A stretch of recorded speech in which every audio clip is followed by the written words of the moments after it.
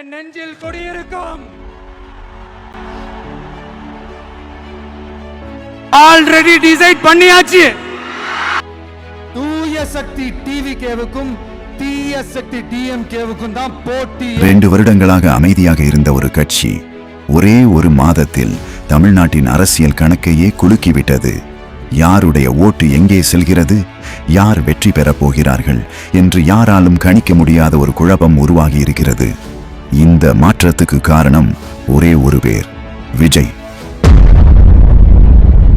இது ஒரு சாதாரண அரசியல் வருகை இல்லை, இது ஒரு முழுமையான மாற்றத்தின் தொடக்கம்.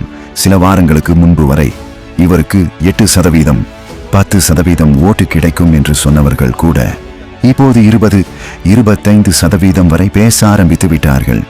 ஒரே ஒரு மாதத்தில் இந்த அளவுக்கு மாற்றம் வருவது சாதாரண விஷயம் இல்லை. தூய சக்தி டிவிகேவுக்கும் தீய சக்தி டிஎம்கேவுக்கும் தான் போட்டியே. மற்ற அரசியல்வாதிகள் போல ஆரம்பத்திலிருந்து கட்டிக்கொள்ள வேண்டிய அவசியம் விஜய்க்கு இல்லை. ஏனென்றால் அவர் பின்னால் ஏற்கனவே கோடிக்கணக்கான ரசிகர்கள் இருக்கிறார்கள். திரைப்படங்களின் மூலம் உருவான அந்த நெருக்கம், அந்த உணர்ச்சி இப்பொழுது அரசியலுக்குள் நேராக வந்திருக்கிறது. இது ஒரு சாதாரண ஆதரவு இல்லை, இது ஏற்கனவே தயார் நிலையில் இருக்கும் ஒரு வாக்கு அடிப்படை போல வேலை செய்கிறது. உங்கள் வீட்டிலேயே பாருங்கள், விஜய் ரசிகர்கள் இருக்கிறார்களா?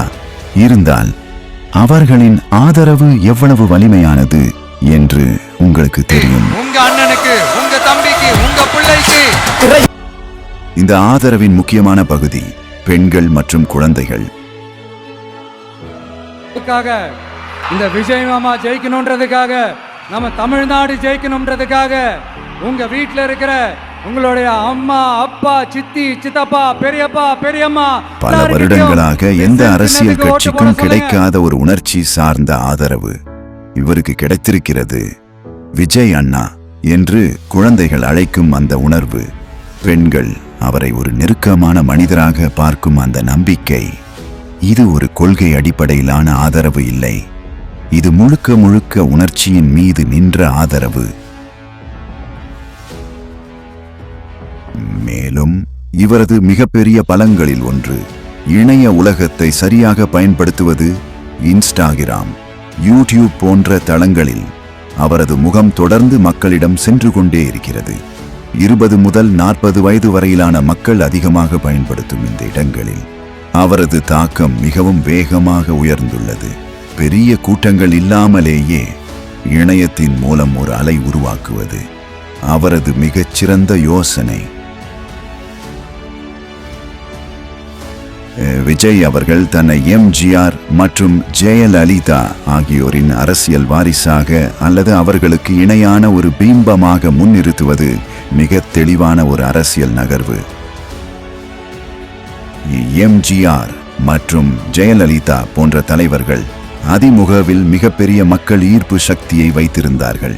அவர்களுக்கு பிறகு அந்த அளவுக்கு மக்களை நேரடியாக ஈர்க்கக்கூடிய ஒரே தலைமை அந்த கட்சியில் தற்போது இல்லை என்பது பொதுவாக பேசப்படும் ஒரு உண்மை. அந்த இடைவெளியை தனது திரைப்பட புகழின் மூலம் நிரப்ப முடியும் என்று விஜய் நினைக்கிறார். அவருக்கு பின்னால் ஏற்கனவே இருக்கும் ரசிகர் ஆதரவு அரசியலிலும் ஒரு வலுவான அடிப்படையாக மாறும் என்ற கணக்கில் அவர் செயல்படுகிறார். கட்சியின் மாநாடுகள், குட்டி கதைகள் மற்றும் விஜயின் பேச்சுகள் இன்ஸ்டாகிராம் ரீல்ஸ் மற்றும் எக்ஸ் தளங்களில் காட்டுத்தீ போல பரவுகிறது. இது வெறும் சும்மா கூட்டம், ஓட்டு போட மாட்டாங்கன்னு சொல்றாங்க. அப்படியா? இது என்ன சும்மா கூட்டமா? மற்ற கட்சிகளை விட தீவைக்க சமூக வலைதளங்களை மிக துல்லியமாக பயன்படுத்தி இளைஞர்களை சென்றடைகிறது. அரசியல் அறிவிப்புக்கு முன்பே தொகுதி வாரியாக மாணவர்களுக்கு ஊக்கத்தொகை வழங்கியது மற்றும் கல்விக்கு முக்கியத்துவம் கொடுத்தது. மாணவர்களிடமும் அவர்களது பெற்றோர்களிடமும் ஒரு நன்மதிப்பை உருவாக்கியுள்ளது. 80% முதல் முறை வாக்காளர்கள் விஜய்க்கு ஆதரவு தெரிவிப்பார்கள் என்பது ஒரு வலுவான கணிப்பு. ஏனென்றால் புதிய தலைமுறை வாக்காளர்கள் ஏற்கனவே இருக்கும் அரசியல் சித்தாந்தங்களுக்கு அப்பாற்பட்டு ஒரு கிளீன் இமேஜ் கொண்ட தலைவரை எதிர்பார்க்கிறார்கள். அதிமுகவின் பலமே அதன் பெண் வாக்காளர்கள்தான். எம்ஜிஆர் மற்றும் ஜெயலலிதாவுக்கு இருந்த அதே அளவிலான பெண்கள் ஆதரவு தற்போது விஜய்க்கு இருப்பதாக கருதப்படுகிறது. அவரது படங்கள் மற்றும் பேச்சுகள் குடும்ப பெண்களை கவர்வதால் அதிமுகவின் பாரம்பரிய பெண் வாக்குகள் விஜய் பக்கம் சாய வாய்ப்புள்ளது. மேடை பேச்சுகளில் ஆளுங்கட்சியை துணிச்சலாக எதிர்த்து பேசுவது ஜெயலலிதாவின் பாணி. அதை விஜய் தனது மாநாடுகளில் வெளிப்படுத்துவது அதிமுக தொண்டர்களுக்கு அவர் மீது ஒரு நம்பிக்கையை ஏற்படுத்துகிறது. அராஜகம், தில்லுமுள்ளு இவையெல்லாம் திமுக முதற்றே உலகு.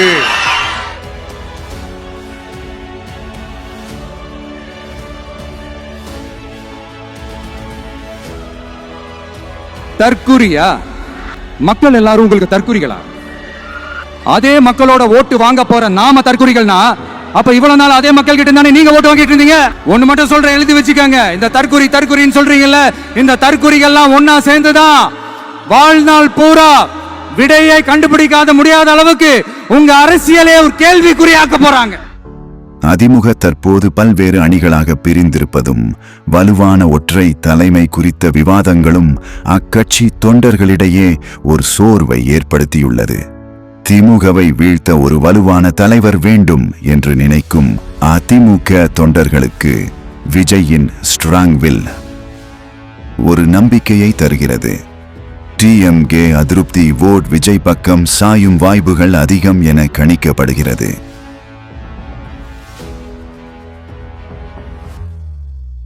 இவருக்கு ஒரு வாய்ப்பு கொடுத்து பார்க்கலாமே என்று மக்கள் நினைக்க ஆரம்பித்தார்கள். அந்த எண்ணமே அவருக்கு ஒரு பெரிய முன்னேற்றமாக மாறியது. ஆனால் இந்த எல்லாவற்றையும் விட முக்கியமானது அவரது உணர்ச்சி நெருக்கம். நான் உங்கள் வீட்டு பிள்ளை, நான் உங்கள் நெஞ்சில் கூடியிருப்பவன். இந்த மாதிரி பேசுவது சாதாரணமாக தோன்றலாம், ஆனால் மக்களின் மனதில் இது நேராக இடம் பிடிக்கிறது. எதிர்காலம் வரும், என் கடமை வரும், இந்த கூட்டத்தின் ஆட்டத்தை ஓடி. மற்றவர்கள் தூரத்தை உருவாக்குகிறார்கள், ஆனால் இவர் அந்த தூரத்தை உடைக்கிறார். அவர் ஒரு தலைவர் மாதிரி பேசவில்லை, ஒரு வீட்டில் இருக்கும் அண்ணன் மாதிரி பேசுகிறார். அதனால்தான் மக்கள் தலைவர் என்று அல்ல, விஜய் அண்ணா என்று அழைக்க ஆரம்பித்துள்ளனர். இந்த அண்ணா என்ற ஒரு சொல் அவருக்கு மிகப்பெரிய பலமாக மாறியுள்ளது. திமுக ஒரு தீய சக்தி, திமுக ஒரு தீய சக்தி, திமுக ஒரு தீய சக்தி, திமுக ஒரு தீய சக்தி, தீய சக்தி, தீய சக்தி, தீய சக்தி.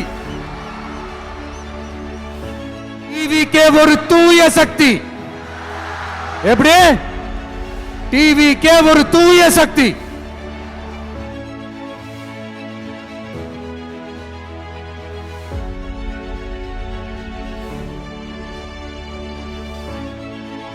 மேலும் விஜய் எப்போதும் எல்லா இடங்களிலும் அவ்வளவு எளிதாக எல்லா இடங்களிலும் தோன்றுவதில்லை.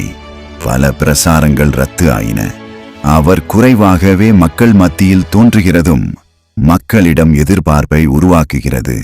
அவர் அடுத்ததாக என்ன பேசுவார், எங்கு வருவார் என்று மக்கள் காத்திருக்கிறார்கள். அவர் குறைவாக தோன்றுவது அவரது தாக்கத்தை அதிகரிக்கிறது. விஜய் தனது அரசியலை தீய சக்தி என்ற சொல்லுடன் தொடங்கியது. தவகவிற்கு மட்டுமான அடையாளமாக இல்லாமல் மற்ற எதிர்க்கட்சிகளும் திமுகவிற்கு எதிராக பயன்படுத்தக்கூடிய ஒரு வலுவான பிரச்சார உத்தியாகவே மாறிவிட்டது.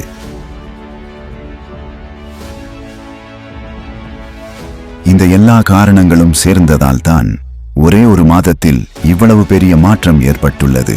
முன்பு கூறிய கணிப்புகள் மாறிவிட்டன. இப்பொழுது யாருடைய ஓட்டு எங்கே செல்கிறது என்று யாராலும் தெளிவாக சொல்ல முடியாத நிலைமை. அதுதான் இவரது தாக்கம். இதுவரை பார்த்த விஷயங்கள் உங்களுக்கு பிடித்திருந்தால் மறக்காமல் இந்த சேனலை சப்ஸ்கிரைப் பண்ணுங்கள். இந்த வீடியோவை லைக் பண்ணுங்கள். உங்கள் நண்பர்களுடன் பகிருங்கள். இப்போது ஒரு முக்கியமான விஷயம். மே மாதம் 4ஆம் தேதி வரும் முடிவு எதுவாக இருந்தாலும் அது வெற்றியாக இருக்கலாம், தோல்வியாக இருக்கலாம். ஆனால் ஒரு உண்மை தெளிவாக இருக்கிறது. இந்த தேர்தலில் விஜய் ஏற்கனவே ஒரு பெரிய வெற்றியை பெற்றுவிட்டார்.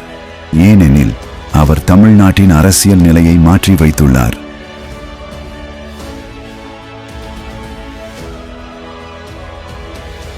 இதே வேகத்தை அவர் தொடர்ந்து வைத்திருந்தால், அடுத்த 5 வருடங்களில் வலுவான அடித்தளம் அமைத்தால், அடுத்த தேர்தலில் நிச்சயம் அது முதல்வர் விஜய் ஆகத்தான் இருக்கத முடியும் என்பதே நிதர்சனமான உண்மை. இப்போது நீங்கள் சொல்லுங்கள், இது ஒரு தற்காலிக அலைதானா அல்லது ஒரு பெரிய மாற்றத்தின் தொடக்கமா? உங்கள் கருத்துக்களை கீழே கருத்து பகுதியில் பதிவு செய்யுங்கள். இந்த வீடியோ உங்களுக்கு பிடிச்சிருந்தா லைக் பண்ணுங்க, ஷேர் பண்ணுங்க, சேனலை சப்ஸ்கிரைப் பண்ணுங்க. நீங்க யாருக்கு ஓட்டு போட்டீங்க? இந்த தடவை விஜய் தான் முதல்வராக வருவாரா? உங்க கருத்துக்களை கீழே கமெண்ட்ல பதிவு பண்ணுங்க. மேலும் இந்த வீடியோவை உங்கள் நண்பர்களுடன் மறக்காமல் ஷேர் பண்ணுங்க. மே 4ஆம் தேதி ஒரு நல்ல செய்தியுடன் மற்றொரு வீடியோவில் சந்திப்போம். நன்றி. தேங்க்ஸ் ஃபார் வாட்சிங்.